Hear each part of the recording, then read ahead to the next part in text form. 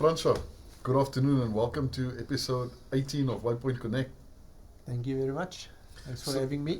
Thanks, Francois. So I just want to thank our sponsors at this stage. Our first sponsor for this episode is Miss Hugo's Corner.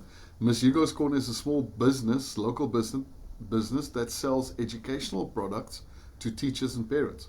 Miss Hugo's Corner also values the importance of creating resources that represent all kids within South Africa. God loves everyone equally, and they aim to reflect this through their resources. So thank you to Ms. Hugo's Corner for the sponsorship of this episode. Francois, tell us a bit about you and where you're from. Okay, I was born in Umtata in the Transkei, so just for 2 years, and then my parents moved to Port Elizabeth. So I was here ever since. I went to school in Sandwich Primary and then Framesby High School. We moved a lot in the area, so I've been to a few schools, but those are the two main ones. So ever since I've been in Port Elizabeth. Yeah, so you're really entrenched in PE and the people. Yeah, definitely. So I can say born and bred, but not born here. Not quite. Yeah. And what do you do for a living, Francois? I do computer cabling installations, networking, cameras, access control, so any kind of infrastructure or cabling required. Yeah, So, and yeah. because I know you've helped us from our time at Lawn, like from Bus Factory, Lawn Park, everything, and especially in this venue with high walls. It's like you access all of those weird spaces and get cabling through there. Yeah, I'm usually the guy they send up the ladder when everybody's too scared. So I think you've done it as well. So exactly. Standing at the bottom, go Francois, go. So that's awesome. Yeah. And we had a conversation with Conradie a few episodes back, and that's your wife. So, Yes. So tell us a bit about your family. Okay, yeah, my family are married to Conradie, very special lady, and two beautiful daughters, Inka and Kristen, and yeah, I'm very blessed to have them as a family. So Awesome. yeah. Francois, what we're talking about this afternoon is kind of your experience before lockdown last year. You guys were at the point of making you've already made a big decision, Yeah. but then things didn't work out the way that you planned. So do you want to maybe tell us a bit about that, what that decision was and how you guys arrived at that point? Yes, we've. Let me reverse a bit. Go Yeah. back to the beginning. We had lots of friends that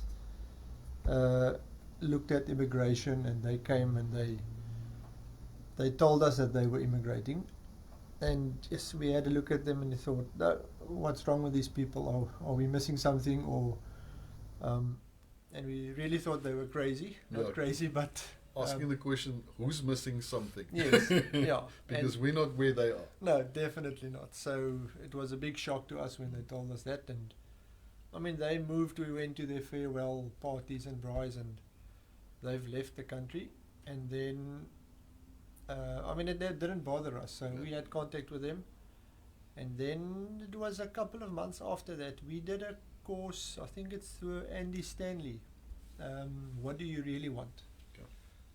And that was actually a eye-opener for us, because I mean, it made you dig deeper than the normal questions. What do you want? Yeah, everybody wants a nice house and a nice car and And a happy family. happy family. Yeah. But I think that made you think a little bit, not into the future, but I think for me or our family, we got the same message from that series. Annery got it, and and we were actually too scared to talk to each other about it in the beginning, because it's a life-changing decision. So we did a bit of research, she on her own, me on my own, and somehow after 2 weeks she saw something that was open on my computer, and she said, what is this all about? And we started chatting, and then it was because we were both too scared to just doing To put the subject on the yes, table. yeah, because I mean, you're avoiding it like the elephant in the room. We're just Yes. walking around it, and then the elephant jumped into the room. So yeah, that's how it started, and I mean, we worked our way from there. And give us a quick understanding of how you link that what do you really want with that decision of? For us, it was the questions they asked was, I think, was for about where do you see yourself in 5 years, 10 years, 20 years, and what is important to you. So I think that is something that that made us think a little bit further into the future, and not what is oppervlakkig, not oppervlakkig, the Superficial. superficial. So that Because forced us to. I think what I'm hearing, what you're saying, is that often mediocrity can stand in the way of excellence and what's next. Yes. Because having a good life means Yeah. you could possibly miss out on a great life. Yes. And what this series did was forced you to ask the difficult questions and saying, well, this is good, but is this great? Yes. And is this what I want? And is this what God wants for me? That's the big question. Okay. And I mean, we really prayed about it a lot. I mean, it was not easy decisions, and but we just not thought about it, but it came to mind. It's not about me. So we tried to avoid it. It didn't go away. Things just fell into place without us asking for it. And from the beginning, we said we're not going to kick down any doors. We're not going to force open anything, or because then we know it's not God's will. So we just went with what was happening at the time, took it step for step, and everything fell in place at that stage. So what I love about what you're sharing is how your relationship with God indicates your everyday life. It's not something that's separate, it's one in the same thing. My relationship with God is my compass and informs my everyday decisions. The big ones, like should I immigrate, should I move, and also the everyday. Yeah, I think, God is actively involved, so you have to.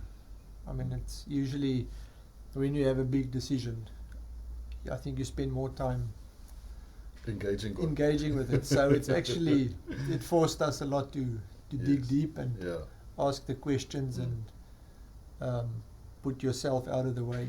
Is it about me, or what is it about? So that's, and I think it ended up with also with, for the kids, the future, but even trusting on God. Lots of people ask the question, don't I trust God here? And I said, I trust God here, but He gave us this vision, He put it on our path, and I trust Him so much that I am willing to do the move without knowing all the details, without knowing exactly what and where and when. So that's my thought. It's makes sense. Yeah. And then lockdown happened. So you guys were in this space where we got confirmation this is what we're doing, and that excitement that builds along with that process, and the next moment there's lockdown. How did that impact your decision, and how did it impact your state of mind at that stage? Yeah, it had a huge effect on us, because we were all psyched up and everything in plan as far as we could go, and then, like I say, lockdown hit and everything was on hold. It was like, you can't believe things didn't work out the way you wanted it, and the flights were cancelled. They were available, but it was 5 times the price of normal ones, and you were never sure of, are you allowed in or you're not allowed out. So, and the possibility of splitting a family, that came to mind. It wasn't an option, because from the beginning we said, if we're not all going together, we're not going to do it. So lockdown had a big effect on us. Like I say, it forced us to come back to where we started it, what started the process, the thinking, because now you have to restart the applications, everything from scratch again. So that was it's difficult to be on a high already and psyched, and then suddenly you go downhill, and you gotta start the whole process again. And how did that impact the way that you thought about this process and your relationship with God? Kind of asking that question, God, this is what you wanted us to do, and now how should I interpret this? That was also going back on your knees and asking God, listen, and then the doubt starts. Is this what I really heard? Was I sure? Is this God's will? Is it something that we wanted to do? And like, why aren't we not going anymore? Why did lockdown hit now? Yes. So there were lots of thoughts that went through your mind, or my mind anyway. But we just took it day by day. We started not disengaging from people because you knew something was planned. So you start pulling away, even relationships. And I mean, with lockdown, relationship was difficult as well. We had Skype and WhatsApp calls, but connecting with people was difficult. It was very, very difficult. Yeah. So I mean, that it forced us to go back to the starting point again. And yeah. So looking back on this process, do you feel that it strengthened your relationship with God? Yes, definitely. We were forced to to spend much more time and to get confirmation and confirmation on confirmation, because I think your head is always spinning, and all these human thoughts that you have of, is it me, is it God's will? I think that to differentiate between the two. Yeah. So that really forced us to. And it makes sense, because on the one hand, the only way that you're going to grow a relationship is by spending time with that person in the relationship. Yes. So this process forces you to spend more time with God. Also, when you work through difficult things, it strengthens the bond. So it's great if things are going well, but it doesn't force you to ask the difficult questions. So that's also part of strengthening that relationship. And as we're closing our conversation, I think with what's happening now and third wave rearing its head, more and more people are experiencing, just on a different level, but the same dynamic of what you guys have experienced. Practically, how would you help somebody that's going through something like this, trying to discern God's voice and saying, well, God, did I hear you correctly, or was it just myself that went on this trip because it sounded exciting in my head? Yeah, I think you gotta go to God. I mean, whatever your best way of connecting is, if it's through music, prayer, have Him involved in all your decisions, all your thoughts. I would say, don't think too far ahead in the future. take one day at a time. I think at the moment my motto is live one hour at a time. I'm not even thinking in days anymore. But I mean, have Him involved with you. He's part of your life. He's in you. So I think the best is, keep Him. What is it? Connected or engaged is the word. Yes. And you're saying whichever way you connect with God, through prayer, music, what worked for you?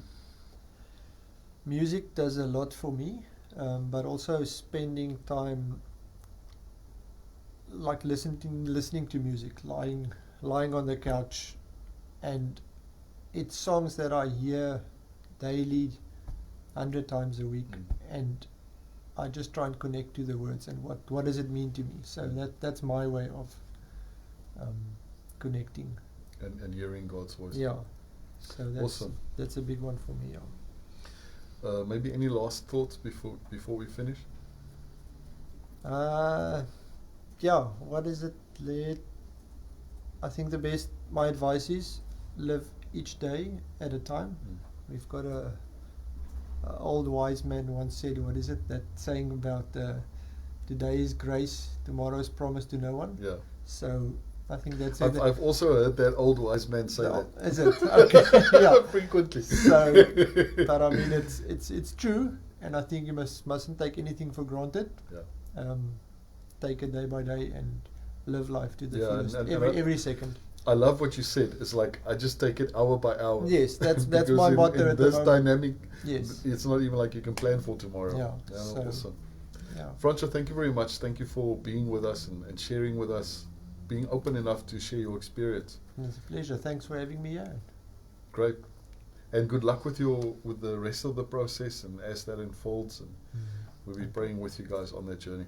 Perfect. Thank you. Thanks also to our final sponsor, Kragakama B&B.